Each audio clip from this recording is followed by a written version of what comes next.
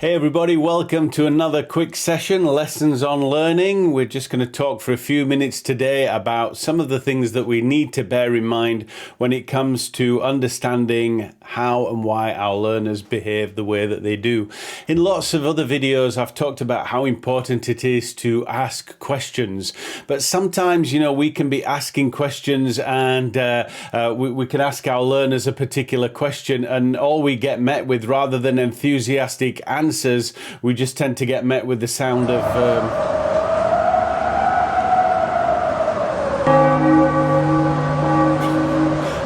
silence and tumbleweeds and things like that. So let's explore why that is, and if we can understand exactly why that happens, it will really help us to be able to mitigate it and do some things to counter that effect so that we can get a little bit more interaction and engagement from our learners. So let's get started straight away. I've got a short model diagram to be able to share with you, so it'll help to explain the situation a little bit more. So think of these two chevrons, and these two chevrons are representing, first of all, they're representing the time of the class. So as the time progresses, this represents time going on.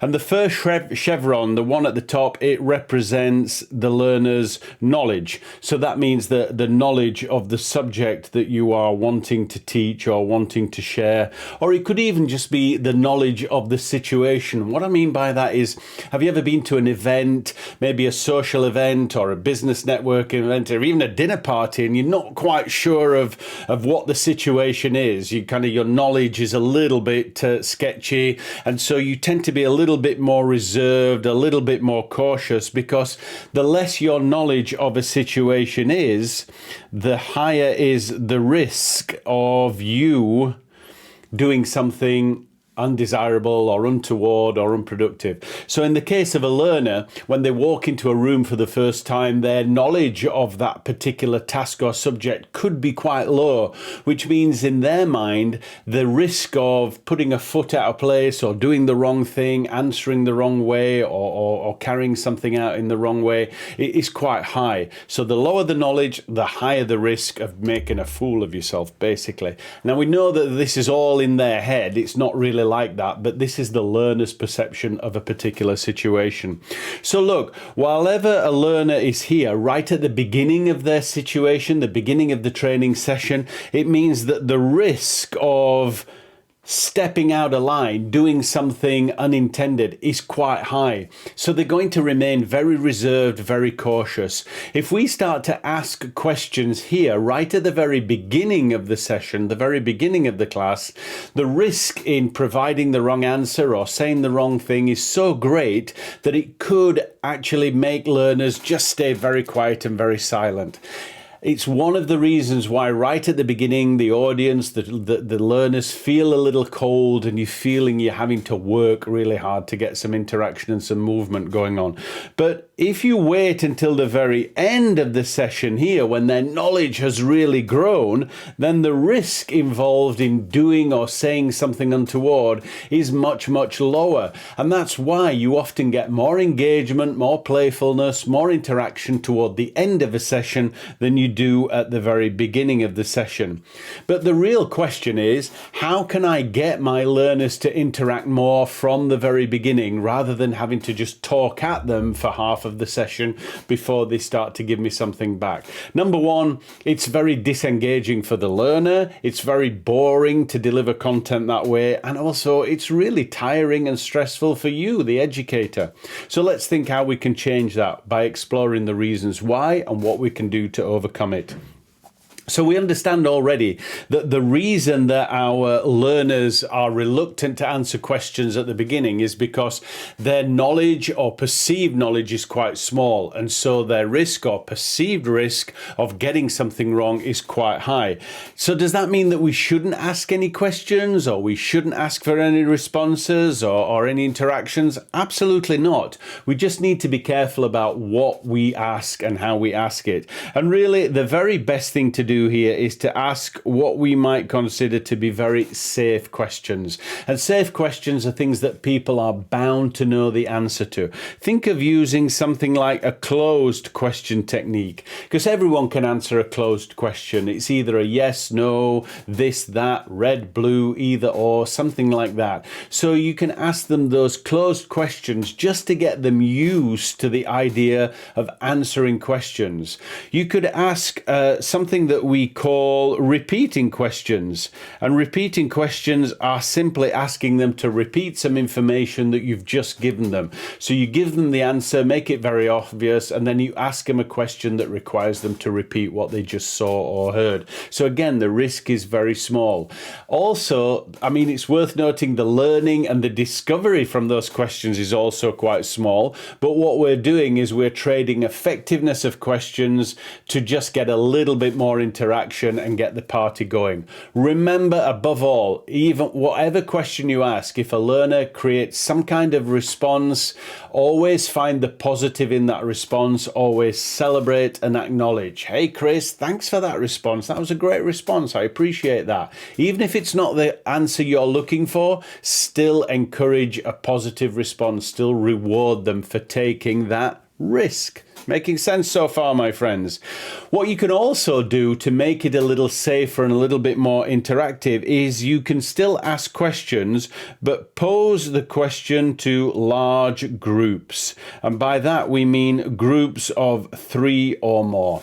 So you can get people together, get together with a couple of friends or 3 friends, and together as a group, see if you can consider an answer to this question, or what solution might you come up to this kind of challenge. That way it gives people an opportunity to work together, to practice and to rehearse what it is that they think, to test it out on a smaller audience. And then when it comes to providing the answer, there's safety in numbers. Instead of them saying, here's what I think, they're saying, here's what we think. So they're mitigating the risk among different people. Is this making sense, my friends? Good.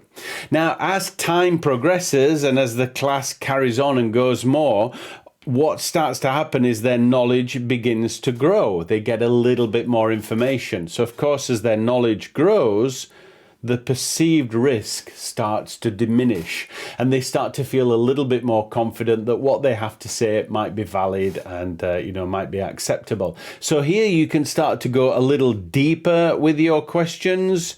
You can start to increase the challenge in your questions. So in actual fact, you can afford to make the questions just that little bit harder. Or you can ask for clarification. You can say to people, that's a great response. I like what you're thinking about. Can you give me a little bit more? Can we go a little bit deeper? What else do you mean by that? So you can start to probe and push a little bit more, because as their confidence grows, the risk is getting a little lower. You can also move into something that we call pair shares, which is where you can make smaller groups. Instead of having groups of 3, 4, or 5, get together with the person next to you, get together with a friend, and the pair of you discuss X, Y, Z, or consider an answer to A, B, C. That way you're creating more groups, there's more interactions, more energy, and of course there are more answers being offered from which you can create learning discussions from. Making sense so far? All good? Well then, of course, as the day progresses now and their knowledge starts to grow, well, now you can start to push a little bit harder, because as the day goes on, their knowledge gets deeper and the risk starts to become lower, slightly more shallow. So here, right toward the end of the session or the end of the day, their knowledge is really starting to maximize. And so the perceived risk of getting something wrong or doing the wrong thing starts to get much lower. So here you can really start to push and you can really start to amplify the learning by asking perhaps problem-solving questions. Well, that's all well and good, but how would you solve the problem of X, Y, Z? Or what if this happened and that happened? How would you deal with that? You can start to ask questions that involve what we call what-if scenarios. Okay, so what if we do this instead? And what if we do that? In other words, we can start to get a little bit more creative and kind of push the barriers, push the boundaries a little bit more. We can dig deeper. We can start to challenge them a little bit more because the risk factor is getting so much lower. Here is a really good place where you can actually address individuals. You can call people out. Hey, Chris, I really enjoyed what you were doing earlier on and what you said.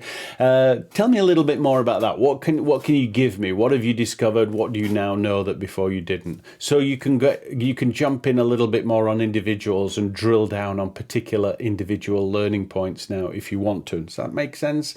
It's really important that you don't wait until the end here, because you might think, but Chris, why not just wait until I've given all the information and then the risk is very low and I can just start to talk to people? Well, you can, but remember, you've spent an awful lot of time and energy to get to that place, and it involves a lot of talking, a lot of one-way delivery. You may well have lost people by then, certainly lost their engagement or lost their interest by then. Plus, if you wait until the very end to ask these questions, well, they've got all the knowledge then. They've basically sat through a YouTube video of you spouting out lots of information. And the best that you can do is start to ask recall questions, really, which, you know, they're just reaffirming what people heard, not what they think, not what they now know or what they now think and feel. Is this making sense, my friends? So try to make sure that you're asking questions all the way through. Just consider, is the reason that they're not answering my questions, is the reason they're not engaging, is it because the risk is just too high? In which case, I just need to adjust the type of questions, make them a little safer, make them a little easier to answer to mitigate the risk. And now, as their knowledge is growing, I can up the stakes, make it a little bit more challenging, you know, kind of turn the heat up a little bit, and then right at the end we can have some fun by asking some what if, creative or problem solving questions, and we can really kind of push the boundaries, push the envelope a little bit there as well. Look, I hope that's really helped, my friends. If it has, make sure you drop a comment, give me some feedback, and if you know anybody who might enjoy this, please encourage them to like and subscribe to the channel, and there's more videos like this to come. All right, take care, my friends. I hope that's been useful for you. Come back soon for a few more lessons on learning. All right, all the best. See you soon, my friends. Bye-bye.